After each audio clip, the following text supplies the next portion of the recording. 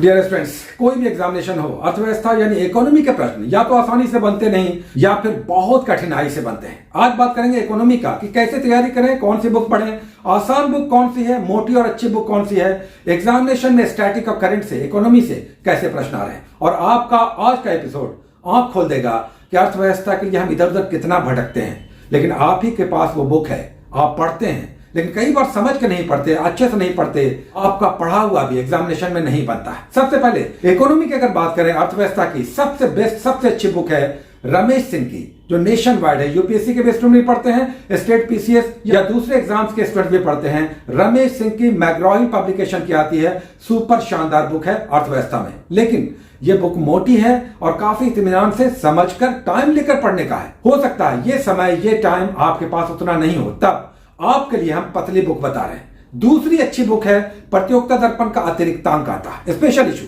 प्रतियोगिता दर्पण का स्पेशल इशू हर सब्जेक्ट का आता है, हिस्ट्री, ज्योग्राफी, पॉलिटी, साइंस, और सारा ही अच्छा होता है। इसमें इकोनॉमी का अतिरिक्तांक जो आता है अर्थव्यवस्था का, सुपर शानदार होता है। उसमें करंट भी होता है, स्टैटिक करंट दोनों होता है। स्टैटिक का मतलब किताबों का, और करंट बेस दोनों ही इसमें मिल जाएगा। इसलिए ये एक शानदार बुक है, प्रतियोगिता दर्पण का अतिरिक्तांक। आप बुक शॉप पर जाएंगे, कहेंगे प्रतियोगिता दर्पण का अतिरिक्तांक अर्थव्यवस्था का स्पेशल इशू दीजिए, शानदार बुक। तो बुक की बात हो गई। आइए अब बात करते हैं 68वीं बीपीएससी में इकोनॉमी से कहां से कैसे प्रश्न आए, और अभी हम आपको किताब में लाइन बाय लाइन दिखा देंगे। आपका आंख खुल जाएगा कि हम कितना भटकते हैं, क्या क्या पढ़ना चाहते हैं। और कई बार आपके पास ही वो किताब है जिसे केवल समझकर, स्थिर होकर, अच्छे से समझकर पढ़ना है। 68वीं बीपीएससी में अगर नेशनल इकोनॉमी की बात करें तो 10 क्वेश्चन आया था, जो कि बिहार इकोनॉमी से अलग से क्वेश्चन आते हैं। नेशनल की अगर बात करें तो 10 क्वेश्चन आया था। और अभी 2 दिनों पहले ही हमने इंडियन पॉलिटी पर 1 से लेकर 10 क्वेश्चन रिव्यू किया था। आज आपको हम 11 से लेकर 20 तक ठीक 10 क्वेश्चन इकोनॉमी के रिव्यू करके आपको दिखाएंगे। आपका आंख खुल जाएगा कि ये अधिकतर प्रश्न कहां से आ गए। आप ही के पास वो किताब है, आपने उसे पढ़ा नहीं। पहला क्वेश्चन आइए, 11 नंबर क्वेश्चन है। ये हम बुकलेट सीरीज ए का दिखा रहे हैं। हमारे पास जो क्वेश्चन बुकलेट है वो ए सीरीज का, हम जब भी दिखाएंगे ए सीरीज का बुकलेट सीरीज दिखाएंगे। आइए देखते हैं 11 नंबर क्वेश्चन, जो इकोनॉमी का पहला क्वेश्चन था, नेशनल इकोनॉमी का, उसका पहला क्वेश्चन स्पेशल इकोनॉमिक जोन पे आया था। आइए समझते हैं ये विशेष आर्थिक क्षेत्र क्या था और इस पर प्रश्न क्या आया था, और ये बुक में कहां पर था। आइए किताब में सबसे पहले देखते हैं। हमारे पास जो क्राउन बुक है ये 2022 का एडिशन है। इसमें 347 नंबर पेज पर यह क्वेश्चन आपको दिख जाएगा, इसका आंसर दिख जाएगा। एसईजेड से संबंधित यहां पर 347 नंबर पेज पर देखिए दिया हुआ है कि विशिष्ट आर्थिक क्षेत्र यानी एसईजेड, ये विशिष्ट आर्थिक क्षेत्र किसी देश के भीतर एक ऐसे भौगोलिक क्षेत्र का प्रतिनिधित्व करता है जिसमें आयात निर्यात होता है या फिर उत्पाद शुल्क इत्यादि की सुविधा प्राप्त होती है। अब जहां पर आर्थिक गतिविधियां होंगी वहां पर रोजगार का भी सृजन होगा, इसलिए यहां पर 1, 2, 3 सही है। पेज नंबर 347 पर क्राउन का हम इकोनॉमी दिखा रहे हैं और सारे क्वेश्चंस आपको 1 बाय 1 अभी दिखाई देंगे, आप शायद चौंक जाएंगे। दूसरा क्वेश्चन आइए, 12 नंबर क्वेश्चन, कृषि विपणन प्रणाली यानी एग्रीकल्चर मार्केटिंग से संबंधित भारत के द्वारा अपनाया गया नीतिगत उपाय क्या है।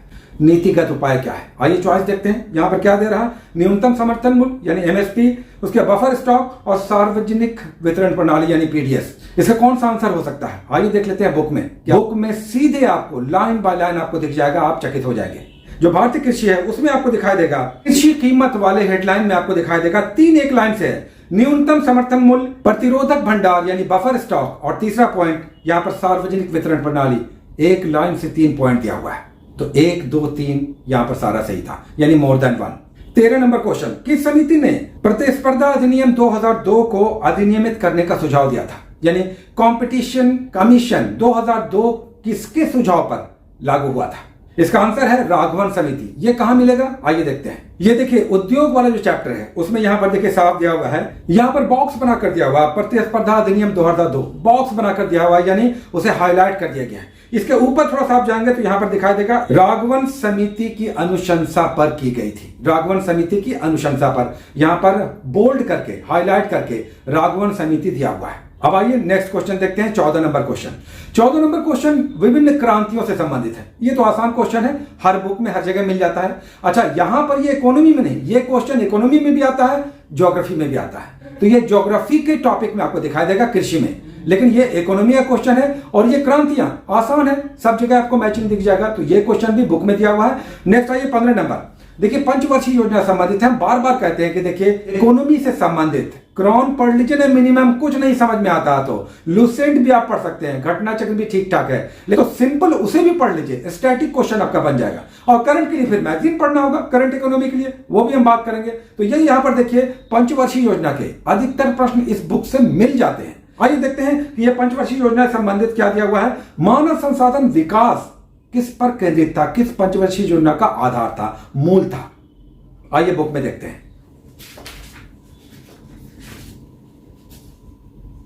देखिए यहां पे साफ दिया हुआ है 8वीं योजना में, 8वीं योजना जो 1992 से लेकर 1997 के बीच चली, पहले ही लाइन में दिया हुआ है मानव संसाधन का विकास, जो बॉक्स बना कर दिया हुआ है, सारी पंचवर्षीय योजनाओं का बॉक्स बना कर दिया हुआ है कि वृद्धि दर क्या थी, कितना लक्षित था, कितना पाया गया और उसका मूल उद्देश्य क्या था, थीम क्या था, क्या प्राप्त करना था। यह यहां पर मानव संसाधन पहले ही लाइन में आपको दिख रहा है।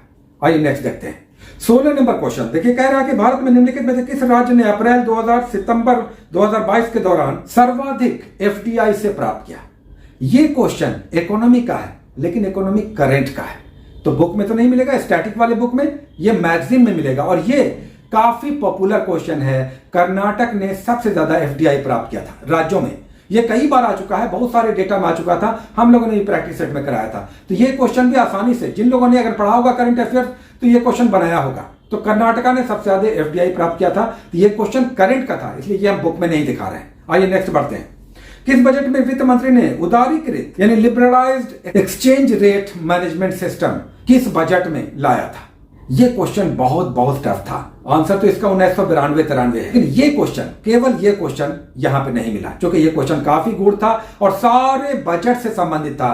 तो सारे बजट का उतना स्टैटिक बुक में जल्दी डिटेल्स मिलता नहीं है, तो ये क्वेश्चन नहीं मिला। नेक्स्ट आइए, फिर देखिए पंचवर्षीय योजना से संबंधित प्रश्न आ गया। प्रश्न की पंचवर्षीय योजना के उद्देश्य निम्नलिखित में से क्या थे? अब यहां पर देखिए विकास, आधुनिकीकरण, आत्मनिर्भरता, ये सब तो हो सकता है, रहता ही है।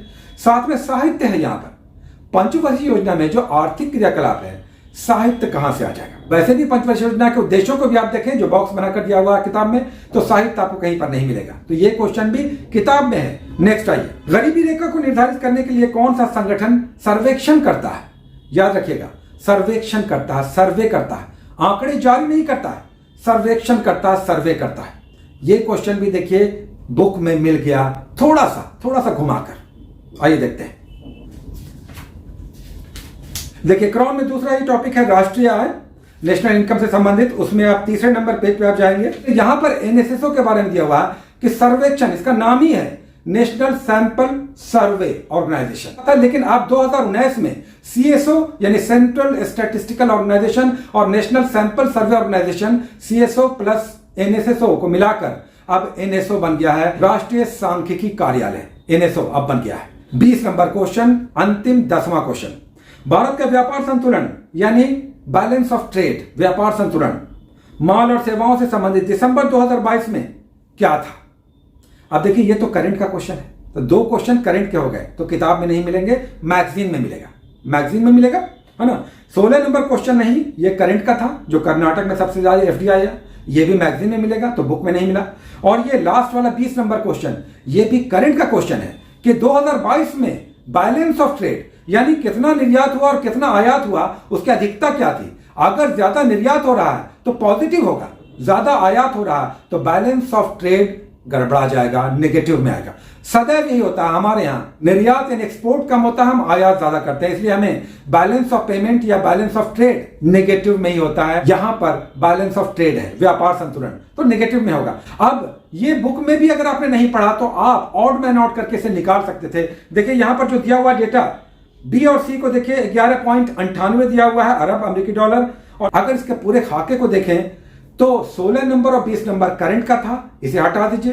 रेस्ट 8 क्वेश्चंस में से एक क्वेश्चन केवल लिबरलाइज्ड इकोनॉमी वाला, वो नहीं मिला, काफी टफ था। रेस्ट 7 क्वेश्चन 1 by 1 बुक्स में हमने आपको दिखा दिया, और वो बुक्स में क्या, क्रॉन की गाइड बुक, हो सकता है लिसेंट में भी होगा, हो सकता है घटना चक्र में भी होगा, हो सकता है दृष्टि में भी होगा, है ना, ये सब में भी होगा। हम किसी को ये नहीं कह रहे कि उसमें नहीं होगा, हम ये दिखा रहे हैं, चूंकि एक ही बुक को हम दिखा सकते हैं, बहुत समय लगता है, बहुत टफ है, समय लगता है, दिमाग लगता है, बहुत माथा खपाना पड़ता है, तब ये डेटा कंफर्म होता है।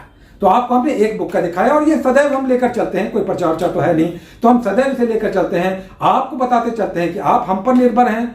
तो भरोसा रखिए, अच्छी बुक्स बताएंगे, अच्छा गाइडेंस देते रहेंगे, आपकी पढ़ाई को फैसिलिटेट करते रहेंगे। पढ़िए पढ़िए, मन लगाकर पढ़िए, रिजल्ट लीजिए। आप ही के अंदर सारी क्षमताएं हैं, आप ही के अंदर सब कुछ है जो टॉपर के पास भी है, लेकिन आपने थोड़ा सा और एफर्ट नहीं लगाया, थोड़ा सा और पहले से नहीं पढ़ा है, थोड़ा सा आप पॉजिटिव और नहीं रहे, थोड़ा सा आपको सहायता, हेल्प की, मदद की कमी रही है, थोड़ा सा आपके पास पैसा कम बढ़ जाता है। ये सारे कारण हैं उस टॉपर शिखर पर पहुंचने वाले छात्र तक आप नहीं पहुंच पाते, या कई बार बहुत कठिनाई आती है। आप भी पहुंचेंगे, निश्चित पहुंचेंगे, वहां तक पहुंचेंगे। इन संसाधनों को इकट्ठा कर लीजिए। क्या मेहनत करना है, क्या पॉजिटिव रहना है, क्या किताबें जो हैं उसको थोड़ा सा ध्यान से पढ़ना है, क्या कंसंट्रेट होकर पढ़ना है, कई दिनों कई महीनों पढ़ना पड़ेगा, क्या हमें अधिकारी बनना है, हर हाल में बनना है। ये शपथ, ये कार्य, ये मेहनत, ये समर्पण आपको निश्चित सफलता दिलाता है। किताब तो आप ही के पास है, जो आप पढ़ रहे हैं वही किताब सबसे बेस्ट है, वही किताब सबसे बेस्ट है, उसी से रिजल्ट आएगा। बस थोड़ा सा ध्यान लगाकर, थोड़ा समय देकर, थोड़ा सा पॉजिटिव होकर, थोड़ा सा मन शांत कर, और थोड़ा सा सपने देखते हुए कि ये सपने एक दिन हमारे जरूर पूरे होंगे, क्योंकि हमारी दिशा सही है, हमारी मेहनत अच्छी है, हम लगातार जुटे हुए हैं। मेरे पीछे मेरे माता पिता, परिवार, भाई बहन, हर कोई है, और सभी लोग आर्थिक रूप से शायद उतने संपन्न नहीं है। तब तो हमें एक नौकरी जल्द से जल्द देना होगा। इसके लिए हमें मेहनत बढ़ाना होगा, चूंकि परिश्रम का, मेहनत का कहीं पर कोई अल्टरनेट नहीं है। Best of luck, take care.